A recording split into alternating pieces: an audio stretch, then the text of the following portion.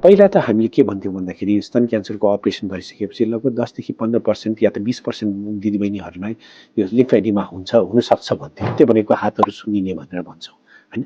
तर अहिले हामीले अपरेसन गरेको प्रगति अनुसार अहिले हामी दिने रेडिएसनहरूको प्रगति अनुसार यो रिस्क चाहिँ घटेको छ। लगभग 4-5 देखि 5% दिदीबहिनीहरूमा चाहिँ लिम्फेडिमाको समस्याहरू हुन सक्ने सम्भावना हुन्छ। र यो पनि के त भन्दाखेरि जति रोग अलि एडभान्स छ त्यति नै काखीको गिर्खाहरूबाट यो रोगलाई निकाल्ने हामी अलि ठुलो अपरेसनहरू पर्ने सम्भावना हुन्छ, जसले गर्दाखेरि चाहिँ लिम्फेडिमाको रिस्कहरू बढ्न जान सक्छ।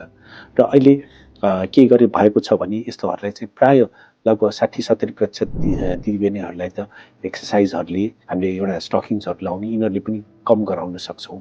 र अरू नभएको 10-15%, 20%मा चाहिँ हामीले कहिलेकाहीँ चाहिँ एउटा सानो नयाँ अहिले प्रविधिबाट नयाँ अपरेसनहरू पनि गर्न सकिन्छ, जसले गर्दाखेरि चाहिँ लिम्फेडिमाहरूको चाहिँ चान्सेसहरूलाई चाहिँ घटाउन सक्छौँ। तर इम्पोर्टेन्ट कुरो भनेको चाहिँ के छ त भन्दाखेरि अहिले हामीले अलि सतर्कता लियौँ, अपरेसनहरू गरिसकेपछि, उपचार गरिसकेपछि र नियमित रूपले एक्सर्साइज गरिराख्यौँ भने लिम्फेडिमाको रिस्क चाहिँ एकदम कम हुन्छ।